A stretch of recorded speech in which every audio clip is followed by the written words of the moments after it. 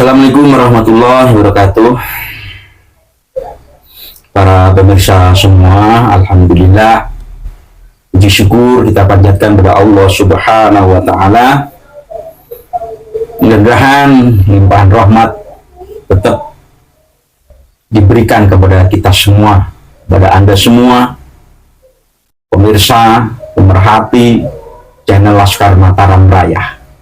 Mudah-mudahan channel ini bisa memberi manfaat kepada kalayak ramai, bisa mengambil manfaat. Dan apabila yang Mbah Hupit sampaikan kadang-kadang tidak bermanfaat, ya dibuang saja. Ambil yang baik, buang yang tidak baik. Gitu. Para pemirsa semua, masih dalam diskursus nasab ini ada sebuah cerita bagaimana pahitnya menjadi seorang muhibin. Iya, karena alhamdulillah tesis Kiai Haji Madudin Usman Al-Bantani ini membuka cakrawala pemikiran banyak orang, mulai dari para kiai, ustadz, santri, dan birokrasi, mulai membuka cakrawala pemikirannya. Jadi tidak terkungkung pada dogma-dogma dan doktrin-doktrin yang selama ini dijejalkan oleh para klan Ba'awi yang menisbatkan diri sebagai dzurriyyah Rasulullah, dan yang namanya kiai, santri, apalagi kiai santri Nahdlatul Ulama, itu kalau sama itrah atau trahnya Kanjeng Nabi itu pasti hormat, takdim, pasti itu. Kenapa? Karena diajarkan oleh guru-guru kita bahwa Rasulullah mengemban dua amanah memberikan dua amanah kepada kita, yaitu taraktu fikum amro, ini aku tinggalkan dua perkara, latan dilulan tidaklah akan tersesat siapa yang berpegang kepada dua perkara ini. Apa itu? Yaitu kitabullah, kitab Al-Quran, wa itrati ay ahli bait. Itu itrah atau trah. Maka kiai, santri itu kalau sama yang namanya trahnya Kanjeng Nabi, sudah hormatnya minta ampun, takdimnya minta ampun, ya. Sehingga hal-hal yang tidak masuk akal pun dilakukan demi apa? Demi membuktikan kecintaannya kepada yang dicintai, yaitu terahnya Kanjeng Nabi Muhammad Shallallahu Alaihi Wasallam ini. Nah, termasuk saya dulu, kan sering saya katakan bahwa saya itu dulu muhibin berat, dan teman-teman, dan ini mau kita akan menyampaikan kisah dari seorang muhibin berat dulu, yaitu siapa lagi yang nggak kenal, Kiai Muharrar. Kiai Muharrar sering saya wawancarai beliau, bahkan dulu waktu baru tampil pertama saya tanya pada beliau, bagaimana Kiai kalau sampean kami nubatkan sebagai punggawa daripada mantan muhibin? Beliau sanggup, ya, karena beliau merasakanlah bagaimana pahitnya menjadi muhibin, mulai hartanya yang dikasihkan walaupun mungkin dengan terpaksa karena takut dikutuk atau takut dilaknat. Saat para habaib ini minta harta, itu dikasihkan, bahkan minta santrinya itu dikasihkan. Jadi bukan itu saja, dicaci maki, digoblok-goblokkan, sudah hal yang biasa bagi seorang muhibbin yang kebetulan yang dicintainya ketemu model Habib-Habib yang karakternya seperti itu. Oleh karena itu, supaya jelasnya bagaimana pengalaman pahitnya menjadi muhibbin, Anda akan tahu. Jadi jangan dikira menjadi pecinta, kan logikanya pecinta itu pasti akan menderita dan akan menuruti apa yang dimaui, yang dicintai. Nah, yang kebetulan yang dicintai ini mintanya aneh-aneh dan macam-macam. Oleh karena itu, biar Mbah Ukit tidak dikira memfitnah dan membual, karena Mbah Ukit sering disebut sebagai pembual. Ya, silakan, itu orang muhibbin itu mulai beli Mbah Ukit sudah nggak ambil pusing, dikafirkan, di PKI-kan, itu ini itu, udah bagi saya tidak masalah, nggak ambil pusing lah gitu. Oleh karena itu, mari kita simak bagaimana penuturan pengalaman pahitnya menjadi muhibbin yang disampaikan oleh Kiai Muharrar dari Demak. Beliau seorang kiai muhibbin paten, tapi alhamdulillah beliau sekarang menjadi salah satu promotor PWI Laskar Sabilillah Demak, dan gebrakan beliau sangat mengagumkan. Yang kemarin waktu saya hadir di sana itu ada pawai ribuan itu Laskar Sabilillah, bahkan banser ansor santri itu sampai, ya Allah, saya hebat Kiai Muharrar. Maka dari itu mungkin beliau sampai bercerita seperti itu, mungkin agar tidak dikatakan apa ya, antopos, agar tidak dikatakan bahwa cerita tentang habaib ini hanya bikinan-bikinan untuk menjatuhkan habaib. Oleh karena itu, ini kesaksian yang merasakan sendiri, yang melakukan sendiri, yaitu Kiai Muharrar. Oleh karena itu, simak saja penuturan beliau bagaimana dan ambil hikmahnya. Dan sekali lagi, bagi muhibbin yang lain, mudah-mudahan ini menjadi inspirasi. Sekelas Kiai Muharrar saja berani untuk menjadi mantan muhibbin, murtad dari para muhibbin. Dulu waktu di Ungaran ada seorang mursyid Torikoh, halo Gus Miftah, minta foto sama saya. Beliau bilang, Mbah, sama-sama mantan murtadin dari muhibbin Habib, tapi murtad dari muhibbin, murtad. Nggak foto, ya udah Gus, mari sama-sama murtadin. Gus Miftah juga dulu muhibbin paten, dan Mbah Ukit juga muhibbin paten, sama-sama foto kenangan. Dan kita sekarang saling support, Gus Miftah, Kiai Muharrar, saya, dan banyak teman-teman yang lain. Walaupun saya sendiri masih berteman juga sama teman-teman yang muhibbin, bahkan Mbah Ukit juga masih berteman dengan sebagian para teman-teman Mbah Ukit zaman dulu. Teman-teman Mbah Ukit yang Habib juga banyak. Karena saya berpikir perbedaan jangan menghalangi atau merusak pertemanan kita. Kita tetap pakai akal waras, tetap pakai kebijaksanaan dan hati nurani.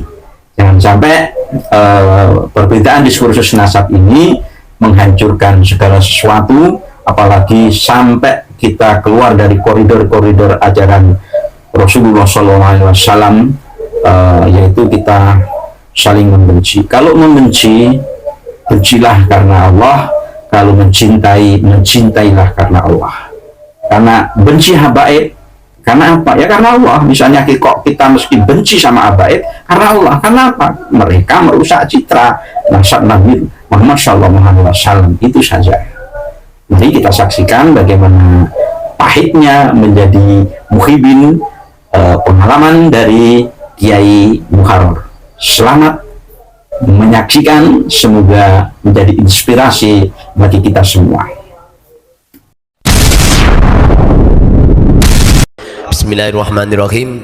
Alhamdulillahirabbil alamin. Allahumma shalli wa sallim wa barik ala sayyidina Muhammadin abdika wa nabiyyika wa rasulika nabiyil ummi wa ala alihi wa sahbihi wa sallim tasliman biqadri 'azamati dzatika fi kulli waqtin wa hin. Amma ba'd. Sesungguhnya orang itu kalau dikehendaki oleh Allah Subhanahu wa taala min ahlil jannah, difirmankan oleh Allah lahumul busyra fil hayati dunya wal akhirah. Jadi diletakkan kebahagiaan di dunia dan di akhirat. Jadi lahumul busyra fil hayati dunya, di dunia bahagia, di akhirat juga bahagia. Untuk menciptakan kebahagiaan ini tentu jangan sampai kita mendatangkan madarat, dan juga jangan sampai kita memandoroti orang lain. La dharara wa la dirara. Jadi jangan sampai orang lain merugikan kita, orang lain menyakiti kita, dan kita juga tidak pengen menyakiti orang lain. Sesungguhnya polemik nasab atau problem tentang nasab yang beredar di Indonesia, kita semua rakyat Indonesia, siapapun orangnya lah, nggak pengen kita nyakitin orang itu, nggak pengen. Begitu juga kita ini juga nggak kepengen orang lain menyakiti kita. Sehingga yang ada adalah kita memberikan manfaat kepada orang lain dan orang lain memberi manfaat kepada kita, sebagaimana sabda Rasul, khairun nas anfa'uhum linnas. Jadi sebaik-baik manusia adalah yang bermanfaat, yang paling bermanfaat untuk manusia-manusia yang lain.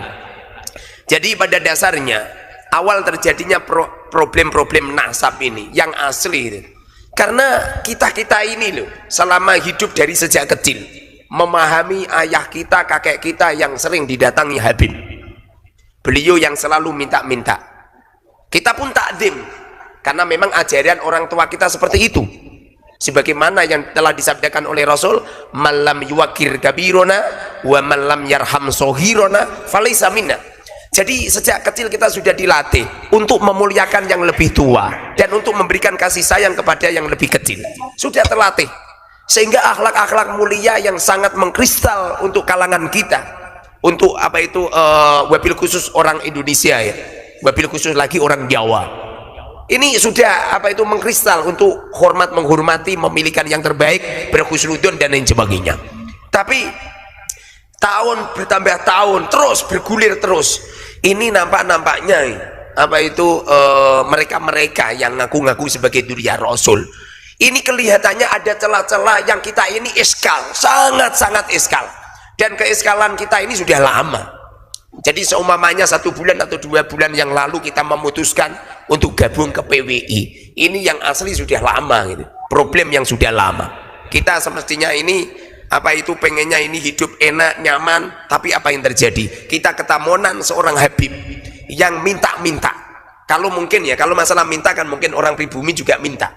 Tapi ini ada kejahatan minta yang sifatnya adalah maksa-maksa, bahkan mereka menyodorkan sebuah syafaat, atau mungkin ngancam-ngancam tidak mendapatkan syafaat dari baginda Rasul. Nyampe-nyampe pernah suatu ketika saya ini pernah ketamunan seorang Habib datang, beliau minta jubah, lalu saya ambilkan jubah, beliau tidak cocok, lalu saya ambilkan jubah semua. Di waktu itu satu bopet saya bawa, apa yang terjadi? Dibawa semua, dibawa semua. Yang ditinggalkan cuma 3 yang jelek-jelek gitu. Nah, jadi diborong semua. Dan ini tidak cuma itu saja. Nyampe ada santri cantik lewat, langsung ditembung. Bahkan nyampe terjadi pernikahan. Bahkan apa itu pinjam motor, katanya cuma 1 hari 2 hari. Apa yang terjadi? 1 minggu, 2 minggu, 1 bulan nggak dikembalikan. Dibawa pergi gitu. Walaupun pada akhirnya terus apa itu ada apa itu ada Habib Alwi yang melihat kejadian ini, kemudian dilaporkan di Polres, lalu dikejar. Alhamdulillah motornya dikembalikan. Tidak cuma itu saja, mobil kita padahal mobil itu mobil rental, jadi saya itu merental mobil, jadi beliau pinjam mobil, sudah kita gratisin. Apa yang terjadi? 2 hari, 3 hari, 1 minggu enggak datang. Pada akhirnya apa terjadi? Kita juga tanggung jawab untuk membayar apa? Rentalan. Digadekan gitu loh. Pada akhirnya mereka tidak bertanggung jawab. Ini yang sangat-sangat meresahkan. Dan ini madorot itu loh. Padahal dalam kehidupan kita kan madorot. Jangan sampai orang lain itu madorot pada kita. Waladiroro. Dan kita juga jangan sampai apa itu memadoroti ke orang lain gitu. Ini gara-gara semacam ini kami sering istikharah, belum ada jawaban. Di waktu apa itu Kiai Haji Imaduddin menggulir sebuah keilmuan tetis, kami masih tidak cocok. Bahkan pidato-pidato saya kalau panjenengan lihat di apa itu beberapa media sosial, saya ngecam tetisnya Kiai Imad. Tidak setuju sama sekali. Karena saking khusnudonnya gitu loh. Karena apa itu bagaimana tidak? Rasulullah mengatakan, aku tinggalkan kepada kamu semua dua perkara, kan kitabullah wa itrati. Jadi apapun yang terjadi pada dzurriyyah Rasul tetap kita tutupi. Tapi apa yang terjadi? Masya Allah, tidak cuma itu saja. Nyampe saya itu sering dikatakan kiai fasik dan sebagainya. Gara-gara apa coba? Gara-gara ada yang jual sarung, satu kodi, dua kodi, ada yang jual figura, padahal figuranya paling ya segitulah. Ini kalau dibeli di pasar paling itu sekitar 500.000, dipaksa harganya 4 juta sekian. Lalu kita punyanya cuma uang 500.000. Habib mohon maaf, ini ada uang 500.000, udah nggak usah dijual ke saya. Ini untuk Habib saja. Apa yang terjadi? Marah-marah, bahkan mengatakan apa itu ulama fusak gitu. Pada akhirnya toh kita hutang-hutang. Walaupun setelah kita hutang itu kita juga tersiok-siok untuk membayar. Ini loh, masya Allah. Setelah itu toh saya apa itu mendapatkan isyarah dan mendapatkan apa itu mimpi-mimpi dan lain sebagainya. Pada akhirnya kita putuskan untuk ikut PWI. Saya masuk di PWI, ini yang asli toh. Bukan berarti saya mendapatkan keuntungan ada dana sekian miliar gelontor. Jangankan ada dana gelontor, justru kita ini masya Allah kocek gitu loh. Jadi tidak cuman apa itu tidak cuman harta, tidak cuman tenaga, tidak cuman pikiran. Nyampe kita ini seakan-akan ini bunuh diri kita, seakan-akan orang memframing dengan framing negatif, apa itu kecaman negatif dan lain sebagainya. Pokoknya masya Allah, ini kalau benar-benar tidak diniati untuk berjuang lillahi kalimatillah, untuk apa itu menyelamatkan anak-anak bangsa, untuk menyelamatkan apa itu pribumi yang saat ini kelihatannya sih Belanda sudah pergi Ustaz. Tapi peninggalannya Belanda ini Habib ini loh, masya Allah, mereka itu sifat-sifatnya itu kalau kita mau berpikir dengan hati yang jernih dan otak yang jernih, ini ada indikasi untuk menguasai, indikasi untuk apa itu untuk menjajah. Dengan bukti banyak lah video-video, insya Allah rakyat Indonesia ngerti semua lah, nggak perlu kita jelaskan gitu. Jadi pada akhirnya kami mantap semantap-mantapnya untuk gabung dengan PWI dan untuk menyuarakan bahwa dari hasil penelitian sifat, penelitian akhlak, penelitian ucapan perbuatan yang selalu melenceng dengan Rasulullah. Nggak mungkin loh Rasulullah seperti itu loh. Ada orang ngaku-ngaku anaknya harimau, anaknya singa, tapi meong-meong. Pasti ini tidak anak harimau ini anak kucing Ustaz. Meong-meong gitu. Jadi ada indikasi loh, walaupun seumpamanya tanpa apa itu meneliti kitab, meneliti manuskrip, meneliti fatwa-fatwa ulama sudah jelas, tapi kita sebagai apa itu orang-orang yang berpendidikan dan juga orang-orang yang mengedepankan ilmu, lalu kita teliti dari hasil penelitian tidak ada satupun ulama dari masa Sayyid Ahmad nyampe masa Ali Sakron ini belum ada satupun ulama yang menyuarakan bahwa Ba'alwi itu min dzurriyyati Rasul. Seumpamanya ada orang yang mengatakan ini surah wal ifadah, loh surah wal ifadah setelah abad ke-9. Ini sangat aneh dan ini tidak bisa dikatakan apa itu surah wal ifadah sebagaimana yang difatwakan oleh Imam Syafi'i, bisa menetapkan sebuah hukum apabila ada surah wal ifadah gitu. Jadi pada akhirnya kita mantep semantep-mantepnya, tidak perlu ragu lagi dohirun wa batinan bahwa semua habaib Ba'alwi mereka adalah dzurriyyah Rasul palsu. Angkatan Pak Kiai, ini kan kemarin itu ada yang ngirimin video ke saya, tapi videonya TikTok. Jadi ada penyampaian begini, itu katanya bahkan punya si Muharrar Khudori ini dia pengkhianat, dia sudah khianat kepada Robitoh Alawiyah. Itu loh maksudnya gimana tuh? Menurut tanggapan jenengan? Iya. Saya ada tuh kirimin videonya itu ke Gus Mujib. Iya. Bismillahirrahmanirrahim. Jadi mereka-mereka yang mengatakan bahwa saya itu mengkhianati Robito Alawiyah atau mengkhianati Ba'alwi, bahkan katanya itu pondok saya bisa berkembang atas bantuan para habaib, ya kan? Itu yang pertama kali itu semestinya yang ditanya itu yang komentar itu. Sebab yang diinginkan itu apa gitu. Yang pasti kami belum pernah mendapatkan bantuan dari Habib sepersen pun untuk pembangunan pondok, belum pernah. Kalau masalah Habib datang pengen bantu lalu ngukur, kemudian nggak jadi, datang lagi ngukur lagi, kemudian nggak jadi lagi, lalu datang ngukur lagi. Jadi ngukar-ngukur, istri saya itu nyampe ngomong gini, loh ini ya Habib apa pekerjaannya ngukar-ngukur, ngukar-ngukur, nyampe beliau wafat itu pernah. Jadi ngukar-ngukur nyampe beliau wafat itu pernah. Jadi apa itu nggak benar kalau apa itu pondok saya ini dibantu sama Habib, bahkan apa itu pondok saya maju pesat karena jasa-jasanya Habib, itu nggak benar itu. Kami bisa apa itu membuktikan semuanya. Terus yang bikin panjenengan Pak Kiai sampai mantap karena terkenal sebagai muhibin yang kuat ya, sehingga ada orang yang berani berstatement bahwa kayak Muharrar ini sudah hianat kepada Ba'alwi, berarti kan itu mereka sudah paham bahwa jenengan ini muhibin kuat. Iya. Nah, yang membuat jenengan bisa terlepas dari kengkerangan muhibin itu apa sih? Dari apa itu pengalaman kami yang bertahun-tahun ya, kami didawiri sama Habib-Habib itu, minta uang, minta barang dan sebagainya. Bahkan pernah suatu ketika saya itu kan kebetulan bangun, kebetulan di samping saya itu herbil banyak, saya ketamunan Habib membawa pick up, itu herbil saya diangkut semua. Bahkan semen-semen juga gitu diangkut gitu loh. Jadi kami ini yang asli sudah SK lama gitu loh. Mosok Duriya Rasul seperti ini, mosok Duriya Rasul akhlaknya seperti ini, mosok Duriya Rasul malah merugikan dan lain sebagainya. Selain itu yang asli yang menjadikan kami mantap itu suatu ketika kami mimpi, ini yang asli si ilmu sir ya. Saya harus menyampaikan karena ini adalah jembatan kami bisa mantap nyampe bisa seperti ini gara-gara Syekhina guru kami, tidak perlu kami sebut karena ada beberapa orang yang hasut kalau guru kami sebut. Jadi kami itu nganter istri ke pasar, jadi setiap jam 2 kan pasti saya apa itu istiqomah ngantar ke pasar. Ngaji saya sama santri itu dari setelah subuh nyampe jam 2 malam. Biasanya setelah jam 2 langsung kami ngantar ke pasar. Tradisi kami dari sejak kecil memang dawamil wudhu ya.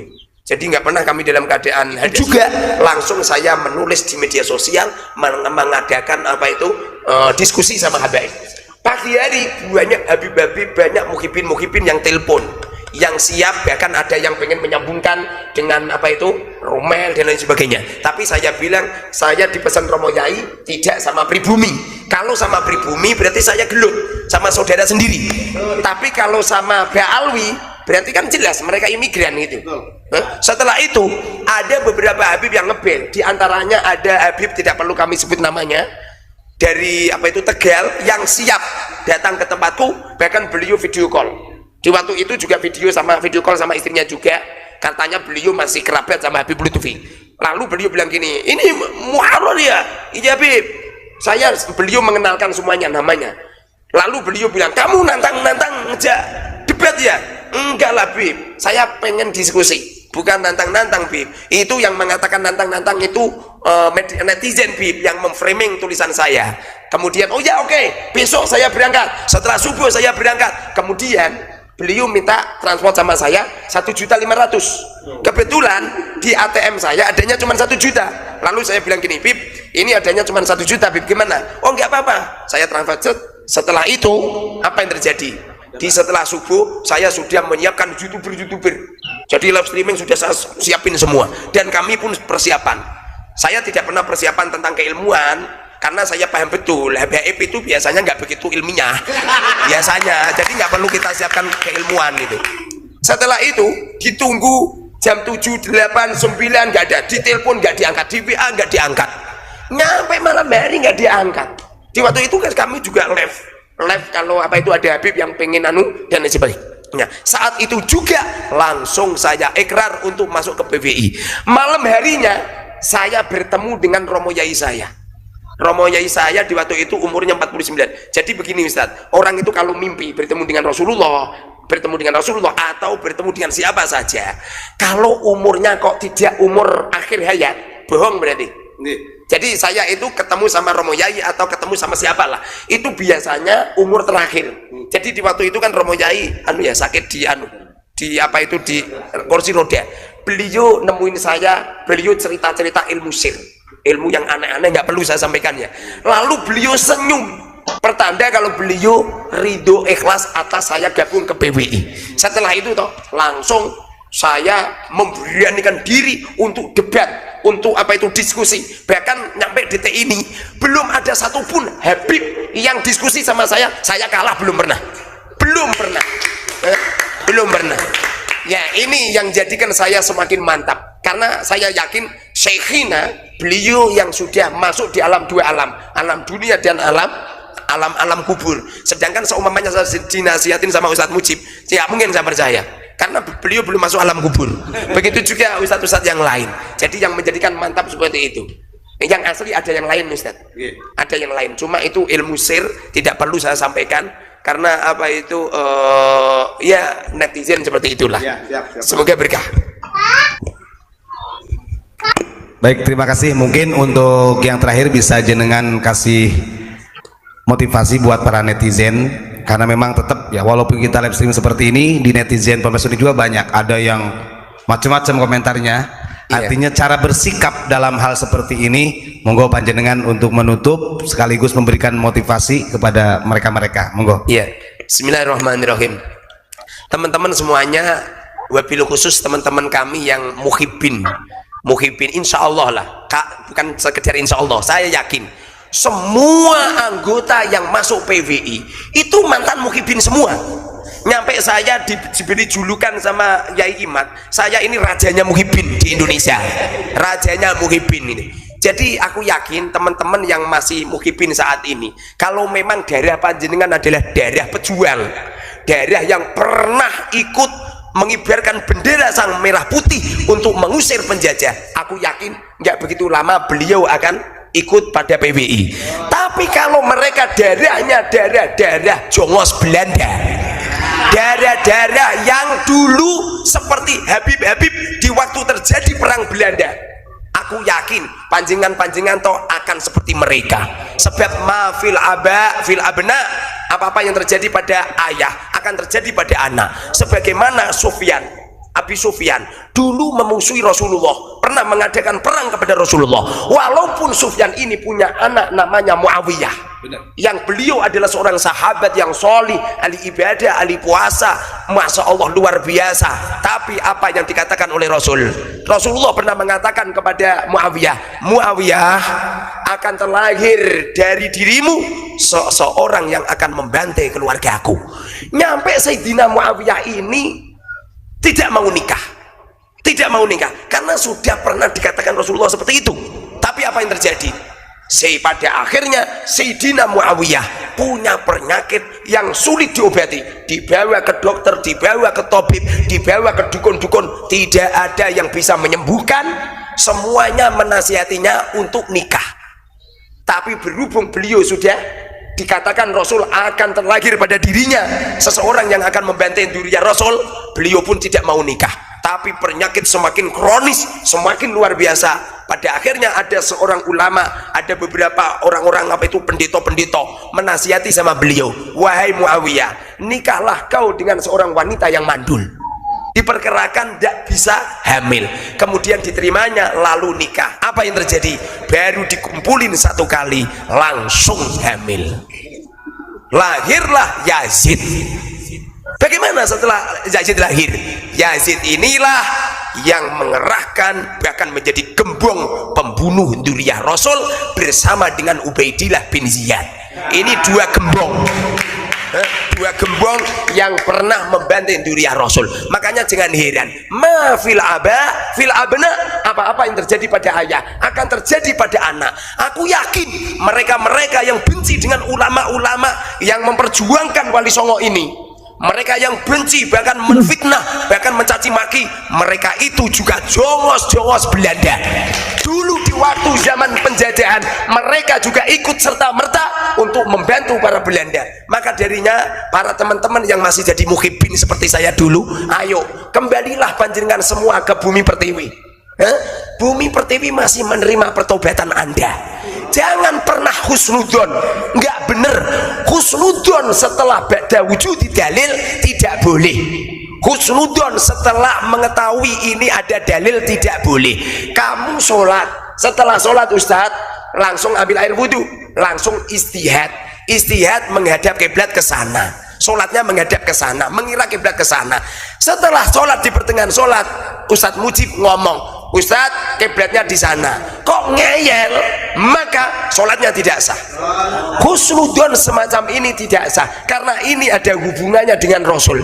Perkara yang ada hubungannya dengan Rasul wajib diteliti, seperti wahyu yang diturunkan Allah kepada Rasulullah, seperti dawuh-dawuhnya Rasul hadis, seperti amaliyahnya Rasulullah, seperti penetapannya Rasulullah, bahkan darah yang mengalir kepada cucu-cucunya, sehingga kita tidak membuka sedikit pun peluang untuk oknum-oknum yang mudah ngaku-ngaku duriannya Rasul tapi akhlaknya jauh dengan Rasulullah. Pada akhirnya dialah orang yang meloreng-loreng Rasulullah Shallallahu Alaihi Wasallam. Sesungguhnya kita semua teman-teman di PWI, panjenengan semua ini toh, sesungguhnya panjenengan telah memperjuangkan orang-orang, menangkal orang-orang yang meloreng-loreng Rasulullah, yang menghina Rasulullah, yang mencangkokkan nasab palsu kepada Rasulullah. Ini hukumnya bagi ulama yang paham, hukumnya wajib. Bagi masyarakat awam umum, hukumnya fardu kifayah. Semoga manfaat barokah dari kami. Wassalamualaikum warahmatullahi wabarakatuh.